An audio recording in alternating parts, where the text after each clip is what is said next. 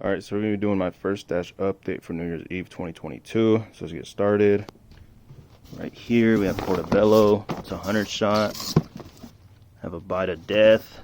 It's a 260 shot. We have Uno. I don't know how many shots this is. I think it's like 230. We have a Endgame. It's a 220 shot. Back here we have a case of DC. It's a 16 shot. Have a case of Silent Rage. It's a 25 shot. Have King of Flames. It's a 260 shot. Have a case of Rambos.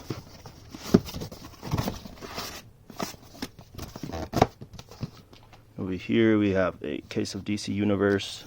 It's a 100 shot. Yeah, that's pretty much it for my first stash update. So anyways guys, thank you guys for watching. Comment, like, subscribe, and stay tuned for more videos.